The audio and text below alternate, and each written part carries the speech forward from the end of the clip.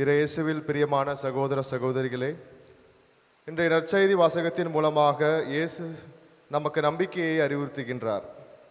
இந்த நற்செய்தியில் பார்க்கின்றோம், இயேசு மக்கள் கூட்டத்தை நோக்கி வாழ்வு தரும் உணவு நானே என்கிறார். உணவு என்பது நமது வாழ்க்கைக்கு மிகவும் அவசியமான ஒன்று. தனி மனிதனுக்கு உணவு இல்லை என்றால் ஜெகத்தினை அழித்திடுவோம் என்கிறார் பாரதி. ஆனால் இந்த உணவானது இயேசுவின் ஆன்மீக உணவை நமக்கு அளிக்கிறது. அதாவது இயேசு இந்த உலகத்தில் 3 ஆண்டுகள் வாழ்ந்தார்கள். அந்த வாழ்க்கையில் எத்தனை போதனைகள் நமக்கு போதித்தார்கள். நாம் எவ்வாறு பிறரை அன்பு செய்ய வேண்டும், எவ்வாறு பிறரை மன்னிக்க வேண்டும், எவ்வாறு பிறருக்கு உதவ வேண்டும், பிறருக்கு கருணை காட்ட வேண்டும், அத்தனை போதனைகளையும் நமக்கு அளித்த இயேசு இது வாழ்வாக நமது வாழ்வில் செயல்பட விரும்புகின்றார். அதைத்தான் சொல்கின்றார், வாழ்வு தரும் உணவு நானே என்கின்றார். இந்த வாழ்வை நாம் வாழ்ந்தால் நமக்கு பசி இராது, தாகம் இராது. இந்த பசி தாகம் இது இரண்டுமே வெற்றிடத்தை குறிக்கின்றது. அது மட்டுமில்லாமல் ஏதோ ஒரு ஏக்கத்தை நமக்கு குறிக்கின்றது. நாம் இயேசுவின் போதனைகளை அறிந்து கொண்டு நமது வாழ்வில் செயல்பட்டால் எந்த ஒரு வெற்றிடமும் எந்த ஒரு ஏக்கமும் நம் வாழ்வில் இருக்காது. மாறாக நிலைவாழ்வு என்றுமே நம்மிடம் வரும் என்று வந்து சேரும் என்று இயேசு கூறுகின்றார். இரண்டாவது, என்னிடம் வருபவரை நான் புறம் தள்ள மாட்டேன் என்கின்றார்.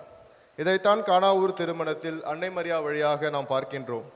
அங்கு திராட்சை ரசம் தீர்ந்துவிட்டது என்று அன்னை மரியா கூறவே இயேசு இன்னும் எனக்கு நேரம் வரவில்லை அம்மா என்று சொன்னாலும் தனது தாய்க்கு இணங்கி அவர் அற்புதத்தை நிற்கின்றார். ஆனால் அவர் அன்னைக்கு மட்டுமல்லாமல் அவரை சேர்ந்து அவரை நம்பி வருவோர் அனைவரையும் அவர் புறம் தள்ள மாட்டார். அதே தான் ஊதாரி மைந்தன் கதையில் நாம் பார்க்கின்றோம்.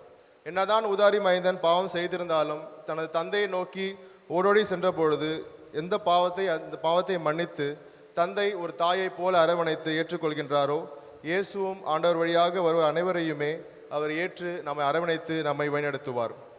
இறுதியாக நாம் பார்க்கின்றோம், என்னிடம் வருவரை நான் புறமே தள்ளிவிட மாட்டேன், ஏனெனில் எனது சொந்த விருப்பத்தை நிறைவேற்ற அல்ல, என்னை அனுப்பியவரின் விருப்பத்தை நிறைவேற்றவே நான் விண்ணகத்திலிருந்து இறங்கி வருகிறேன் என்று சொல்கின்றார். கிறிஸ்துவ வாழ்வில் அடிப்படையாக அமைவது நாம் ஒவ்வொரு நாளும் ஒவ்வொரு நிமிடமும் கடவுளின் திட்டத்தை ஏற்று அதை உணர்ந்து செயல்பட வேண்டும். அதைத்தான் ஆங்கிலத்தில் அழகாக சொல்வார்கள், we plan for a day, month, year, but God always plans for eternity. நம் வாழ்க்கையில் கடவுள் திட்டத்தை நாம் என்றுமே அறிந்து செயல்பட வேண்டும்.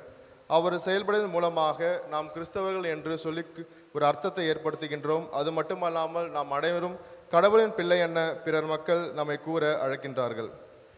இந்த திருப்பலியின் மூலமாக இயேசுவை நம்பி அவரிடம் சென்று புறம் தள்ள மாட்டார் என் நம்பிக்கையுடன், அது மட்டுமில்லாமல் கடவுளின் திட்டத்தை அறிந்து உணர்ந்து செயல்பட இந்த தெய்வீக திருப்பத்தின் வழியாக நாம் மன்றாடுவோம். ஆமேன்.